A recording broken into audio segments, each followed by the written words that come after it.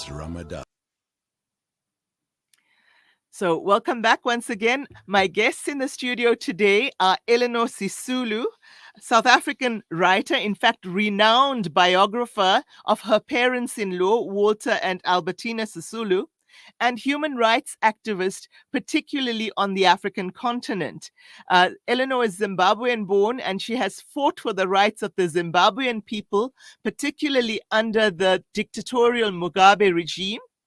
But she is also a rights advocate for oppressed people and people whose rights have been deprived in various other parts of the continent and indeed further afield. So she's been outspoken on the Palestinian issue. She's been outspoken on the Sudanese issue. And Sudan, of course, is a place where a famine is currently developing.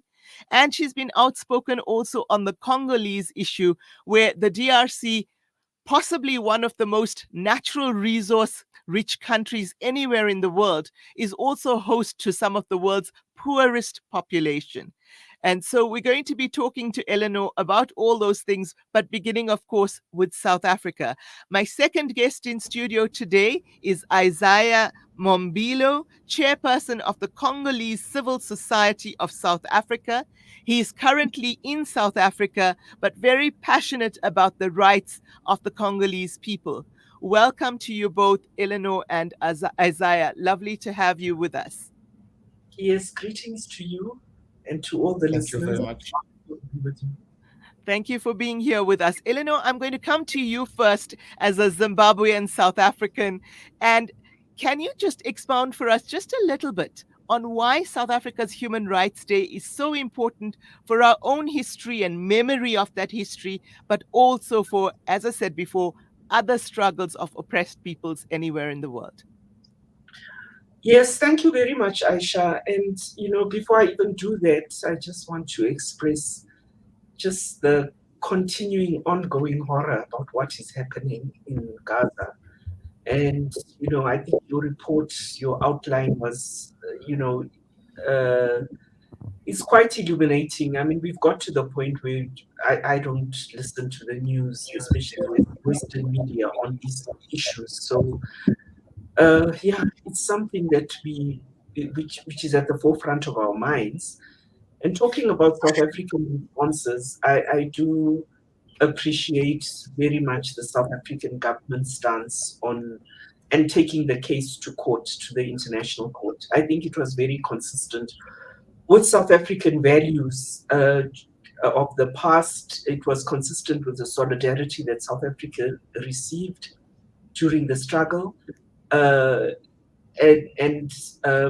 I think it was appreciated very much by the Palestinian people. So that's one of the most positive things that has happened on the South African human rights landscape recently. Unfortunately, on the other hand, there are things that are not, we're not in a happy moment when it comes to human rights. I think in South Africa, the solidarity, we really need to invest in, because solidarity is also based on knowledge. And during the anti-apartheid movement, which really was the most successful solidarity movement in history, there was a lot of knowledge about South Africa, especially from South African artists, which was disseminated internationally. And I think there is very little knowledge of the rest of Africa in South Africa.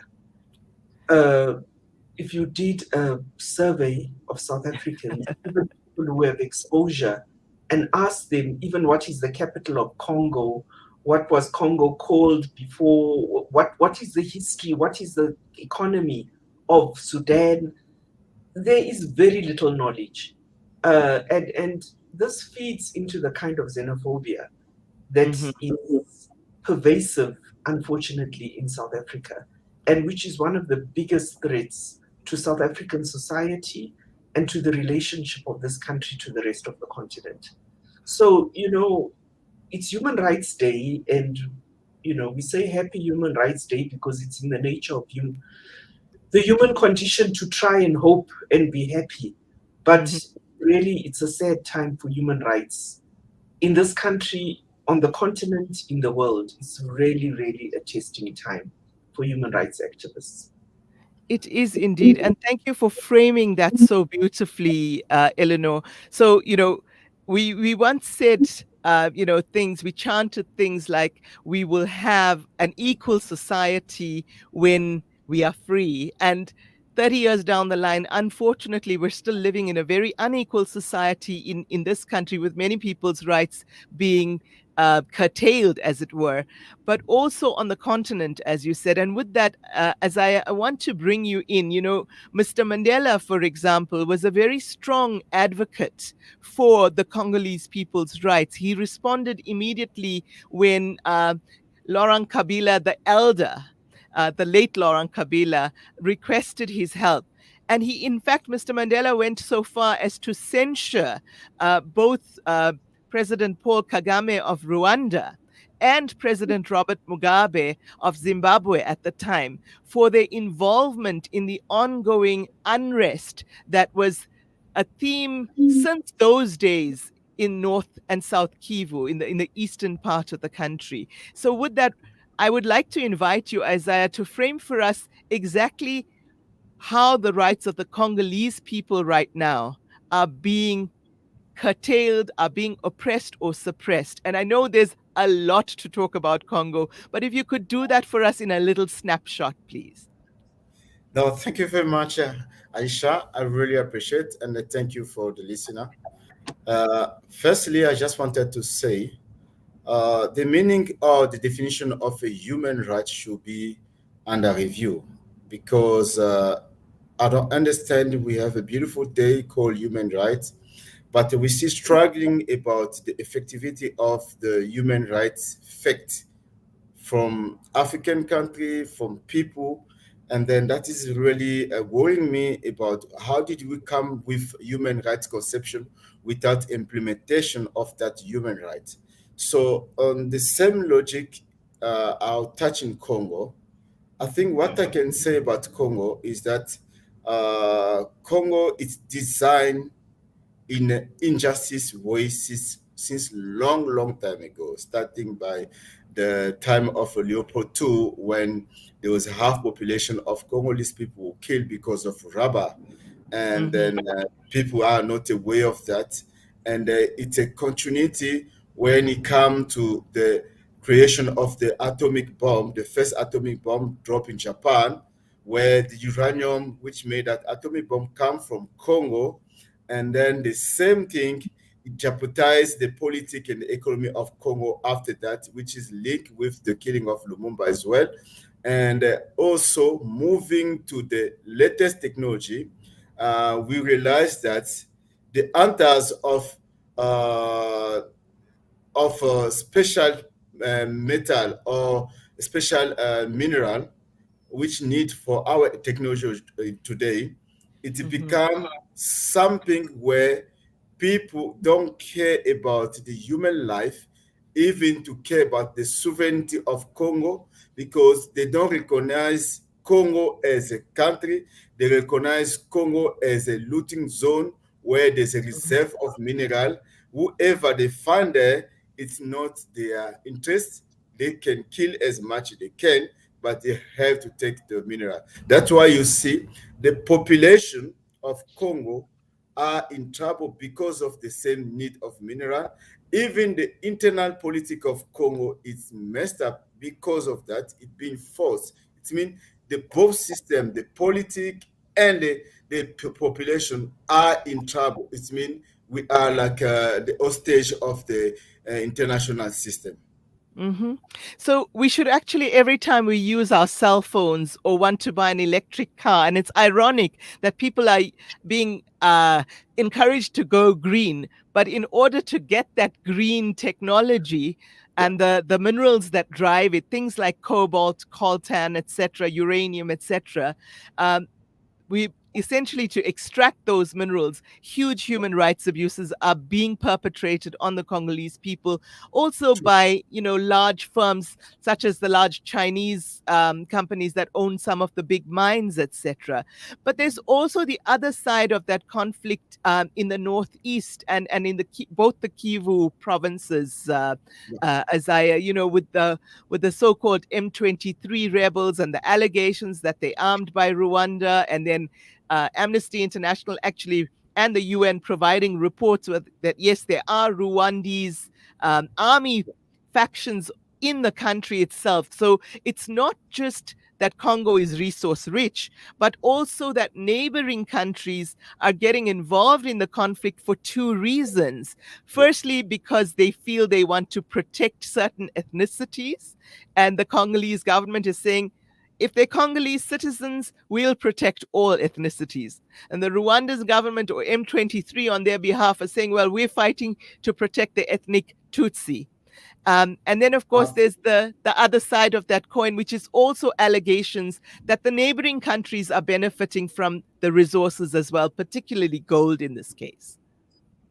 Now, I can come back a little bit on that one. Yes. And I think the logic Rwanda put up around the world is that they are protecting their people. So we don't understand, how can the people you create genocide, you kill them, there's a conflict of a tribe. How can you come to protect them in the foreign land by bringing a military weapon? And I think since the day one where the rebel of Rwanda come in Congo, the first thing we requested, they should come as refugee without military weapon. It's like when we are here in South Africa as a refugee. Is South Africa can allow us to be refugee and to enter with military weapon? I don't think so. So that's where everything started. And it moved on.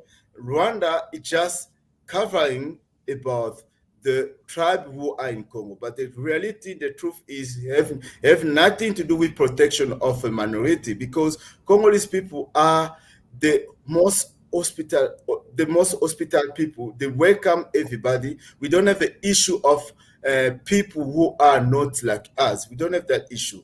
It's just that Rwanda are targeting Congolese East lands so that they can create a new country like they did in Sudan. That is the truth behind everything. So yeah, I think you've laid that out very clearly, that a sovereign state doesn't, under most circumstances, allow armed so-called refugees into the country.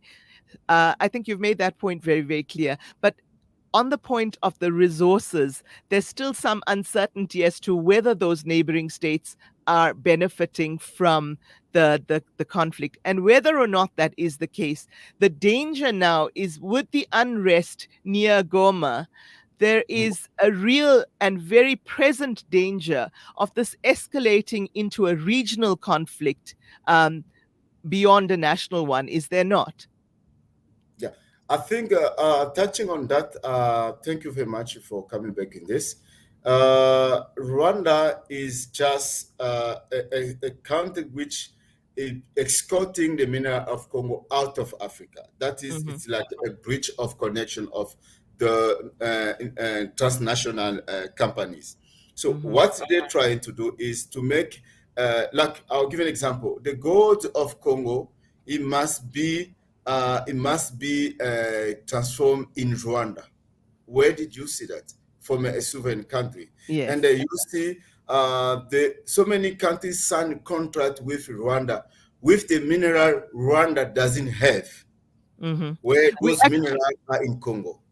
Yes, absolutely. We're actually going to play a short, very, very short video clip showing the number of refugees making their way towards the town of Sake in the northeastern Congo, which is about 25 kilometers away from the capital, Goma. So it'll give you some idea of the fact that these people are living in tent cities, but also having to endure militias, the army, etc., storming where they are living, and they're displaced people. Battle now between the rebels and government forces is in a town called Sake. This town is very significant because it's a gateway into Goma. It's about 25 kilometers away from Goma, and government forces are trying to push the rebels away from that area, and that is crucial for them. There's been a lot of international pressure on all sides to de-escalate things and go back to mediation. It's going to be very interesting to see how that plays out. So that was just a short clip to sort of highlight what is happening in the Congo, as Isaiah has outlined for us so well. Elinor, I'd like to bring you in here. Those scenes that we just saw, they're not unlike some of the scenes we saw in Zimbabwe about 20 years ago, or even in Sudan about 20 years ago. It seems this is the kind of thing that plays itself out in various parts of our continent. Massive numbers of people displaced internally, living in tents, and then having to endure attacks by one set of armed people or another. You saw homes destroyed there, etc., all in an attempt to grab some resource or the other. Yes, there's the issue of political power that people want to hold on to, and they will create a crisis and attack people, as you had with Operation Murambatsvina in Zimbabwe. As you say, there's various examples, but I want to say about Congo, because it's such a large and complex issue, and to really understand it, you need to go back into history, as Isaiah very eloquently laid out the history. But the issue is, I think, to simplify a message where you can get a kind of, say if you and I were doing a solidarity campaign for Congo in South Africa, what is it that we should do? And one of the first steps is information. And I want to mention there's a wonderful book by a Congolese writer who was a refugee in South Africa, Jamala Safari. And it's called, it's got a long title, so I must just look at it again. The Great Agony and Pure Laughter of the Gods. And that is such a wonderful book because it's an accessible read about a child who had to leave the Congo because he was a slave in the mines and made his way to South Africa.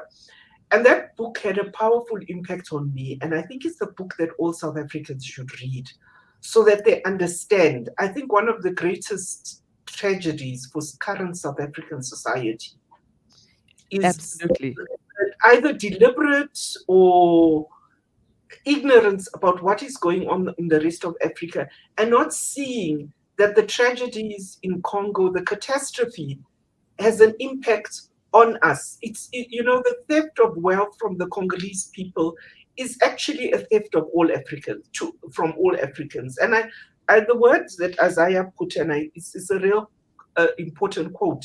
They don't recognize Congo as a country. They recognize it as a looting zone. And I think that is something that should concern all of us as Africans. And this kind of thing is a source of conflicts everywhere. It's a source of conflict in Gaza, in Palestine, that wanting to take the resources of the land. I think in Congo also, the complicit, there's the exploitation by transnational corporations, but also the exploitation by neighboring countries. And I want to emphasize elites of those neighboring countries. I mean, you could do a whole study of what Zimbabwean leaderships gained out of Congo, people in the leaders of the neighboring countries. So the fight against corruption in every level is a fight against human rights. And I think what you said about Colton and the cell phones, that is a consciousness that all of us use cell phones. And that consciousness that this thing, we used to boycott products, like boycott South African products. Yes. We are not in a position to boycott, and it wouldn't work because people are so dependent on these devices. Yes. But I think a consciousness and a campaign to say, this device, the price of this device, the amount that goes to those kids, it's built on slave labor of Congolese children. And this is a Absolutely. business that needs to pass. And these people that sell these phones with a huge profit, there should be a tax going to an ongoing and continuing solidarity and investigation into the treatment of these children that work to mine these minerals. Absolutely. I totally agree with you, Elinor. Hold that thought, please, both of you. We need to go for an ad break, and then we'll come back to you for your closing comments. Thank you.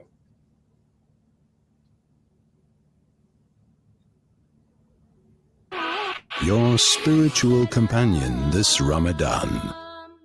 World-class financial services only at Sapphire Global, your financial partner. If you are looking for Islamic, Sharia, and ethical financial products, look no further. Sapphire Global offers a wide range of financial service offerings from short-term to life and investments. A full-service center with all financial requirements under one brand. Our highly skilled and experienced consultants are ready to help protect your financial future. Contact us on 041 001 0184 or visit our website on www.sapphireglobalfs.com. Sapphire Global is an authorized financial services provider. This Ramadan, spread the love with Sunshine D margarine, the perfect addition to your seri table for spreading, baking, and cooking. Sunshine D is rich in essential vitamin A, E, and D, and is the tastiest way to get their day or night started. Sunshine D. Tastes nice, no lies. Southern Africa Dawah Network is a non-profit organization striving to uplift the disadvantaged and empowering through education and dawah. Donate to the SADN centers, the M.A. Motala Islamic Center, as well as our Islamic centers in Amoti, Imtalumi, Botshabelo, and Castile. Donate your zakat and lillah today. Contact Farooq Sheikh 076 321 0650, Yusuf Mohammadi 072 259 3457, or the SADN head office 031 304 8000. Our account, Standard Bank, account number 050 856 294 for your zakat, or 050 879 790 for your lillah. Dawah through education, education through dawah, the Southern Africa Dawah Network.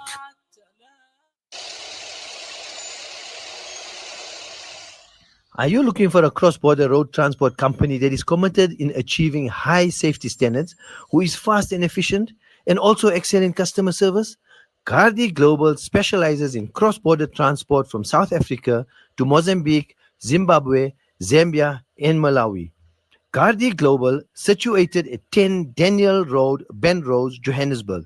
For inquiries, contact our trained staff on 011 614 3108 or email info@gardiglobal.co.za. Safe long haul into Africa is our business. Gardi Global Transport. Abu Hurairah narrated that he heard the Prophet Muhammad, may the peace and blessings of Allah be upon him, say, "In black seed there is a healing for every disease except death." This Ramadan, experience the health benefits of this ancient blessed seed by using the Tib Black Seed range. Black seed assists the body to boost immunity, regulate blood sugar levels, reduce inflammation, and act as a potent antioxidant. Experience a holistic approach to health by introducing the Tib Black Seed range into your Ramadan routine. Available in capsules, pure cold-pressed oil, and a vapor rub. Trust Tib Health Sciences for quality black seed products. For more information, visit blackseed.co.za.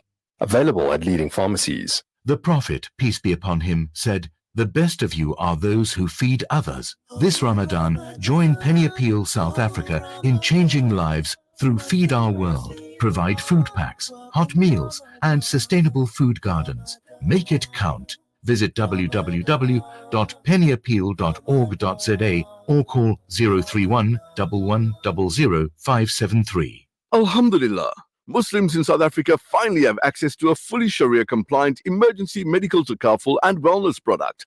As an industry first, Emergivac Sharia offers up to 575,000 Rand emergency medical cover at a private hospital for you and your family. Plus, you receive 24-hour access to private ambulance evacuation, 24-hour armed response services, roadside home, and even appliance assistance services. Emergivac Sharia offers you and your family priceless emergency medical cover at a fraction of the cost of traditional private healthcare. Simply download the Emergivac app and register online or SMS Sharia to 40777. Emergivac Sharia, for when serious emergencies require seriously fast response. You are listening to Salam Media live from our headquarters in South Africa. This is Salam Media, keeping you company. Assalamu alaikum and welcome back to News and Views on Salam Media. Here with me in the studio are Elinor Sisulu, activist and award-winning author, and Isaiah Mombilo, chairperson of Congolese Civil Society of South Africa. I'm sorry I cut you off there rather abruptly, Elinor and Isaiah, but we had to go pay the bills, and indeed we're very, very grateful to our sponsors as a community media station. They are who keep us going. So apologies for that. Unfortunately, we're nearing the end of the show, so I'm going to come to each of you for some closing comments. Isaiah, I know you're doing sterling work here in South Africa, raising awareness, educating people, as Elinor mentioned, was so important through various events, and you actually got a very busy day today. So some final comments from you, and may tell us about what's happening that you're busy with today. Thank you. Thank you very much. What we're busy today, we are in a network called SALEN, South Africa Refugee-Led Network, where all the leader of different provinces, we invite them here in Cape Town so that we can celebrate the Human Rights Day. That's where we're going to talk about the human dignity, because we realize that the human dignity for refugees in South Africa is becoming something very awkward. And then the reality is not the same, and the challenge is not the same. The changing of policies, regulation, changing of a law to squeeze refugees is becoming very serious. So that's why we're going to discuss about that today. So there is a need to discuss the law and also to get solidarity around the Congolese issue. Thank you so much for that, Isaiah. Elinor, over to you for your closing comments. Yes, I think we really need a strong Pan-African solidarity movement. The South African anti-apartheid movement, there were governments and communities and organizations around the world that allowed for people to work full-time on solidarity. And I think we have many talented young people. I would love to see a solidarity movement made up of young South Africans, refugees, asylum seekers, all working and developing the skills to promote human rights across the continent and across the world. And that the struggles are interlinked. What's happening in Gaza, what's happening to ordinary people in Ukraine, what's happening to people everywhere. When human rights, what the saying, an injury to one is an injury to all. We must work to have solidarity campaigns that protect people wherever they are. Thank you. Thank you so much, Elinor. That is a fantastic suggestion. A Pan-African and even ultimately pan-global network of solidarity organizations working to protect ordinary people's human rights.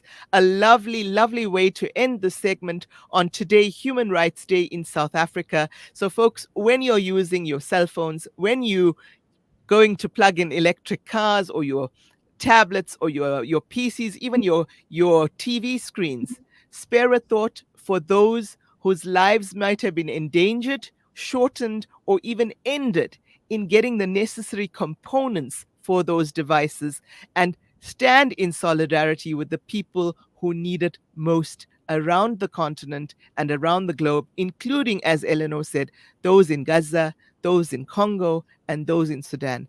Thank you very, very much, both of you, for being with us today. It's been a pleasure chatting to you, and I do hope you have a very fruitful rest of South African Human Rights Day. Thank you. Thank you, Aisha. With that, we're going to go to an ad break and then start our next segment entitled Zionism is Not Judaism.